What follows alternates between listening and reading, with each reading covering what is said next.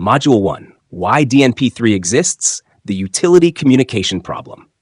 1.1. The Modern Utility Data Challenge. Utilities are operating in an environment where data volume, diversity, and criticality have increased exponentially. Devices that were once isolated and purpose-built are now expected to integrate into enterprise-wide operational intelligence systems. Utilities are integrating data from increasingly diverse devices, including RTUs, IEDs, sensors, and intelligent controllers. SCADA, distribution automation, and substation automation systems are no longer viewed only as control mechanisms, but as strategic data assets. Operational data is essential for reliability, regulatory compliance, optimization, and competitive performance.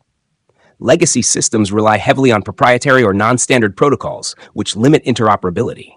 These proprietary protocols create integration bottlenecks, vendor lock-in, and long-term maintenance challenges. Utilities require open, standardized, interoperable communication protocols that can scale with future device expansion. Part 1.2, Emergence of DNP3, the Distributed Network Protocol, DNP3, emerged as a direct response to these challenges. Developed in the early 1990s by GE Harris Energy Control Systems, Westronic, designed specifically to meet the operational realities of electric utilities.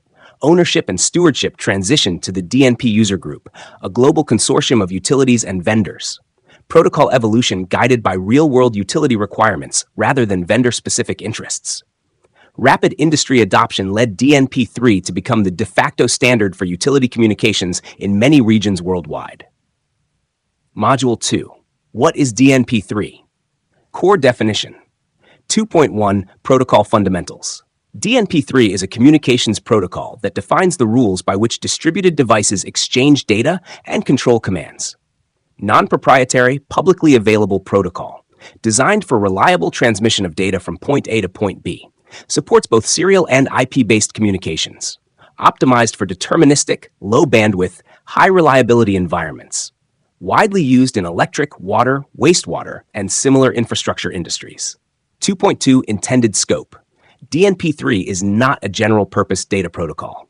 Not designed for email, multimedia, large file transfer, or enterprise IT traffic. Specifically optimized for SCADA, supervisory control and data acquisition systems, focuses on efficient transport of measurement data, status information, events, control commands.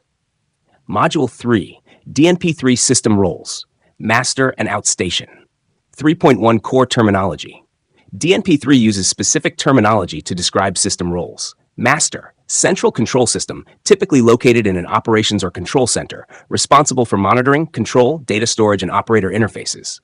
Outstation, remote device located in the field, includes RTUs, IEDs, substation computers, and intelligent controllers, collects field data, and executes control actions.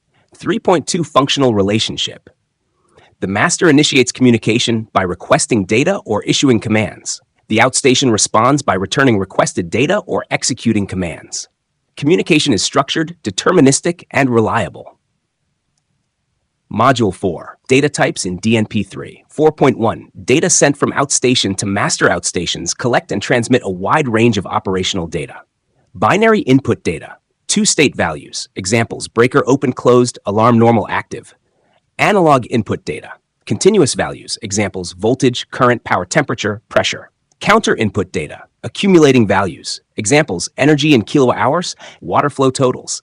File transfer data, configuration files, logs and records.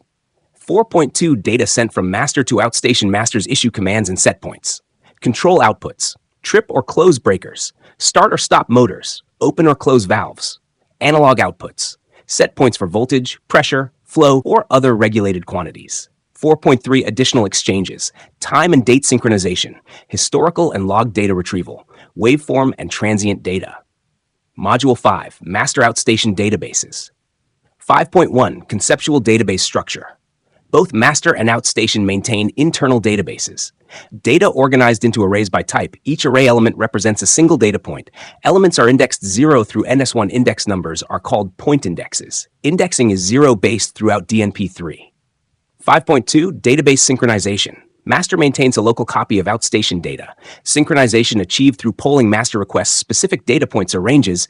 Outstation responds with current database values.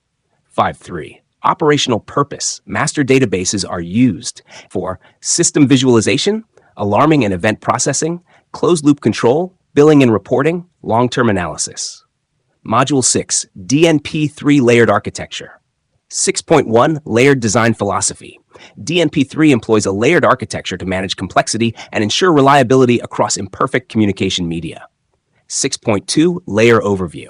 From top to bottom, 1. User layer. Interfaces with application software and databases. 2. Application layer. Defines protocol functions and data formatting.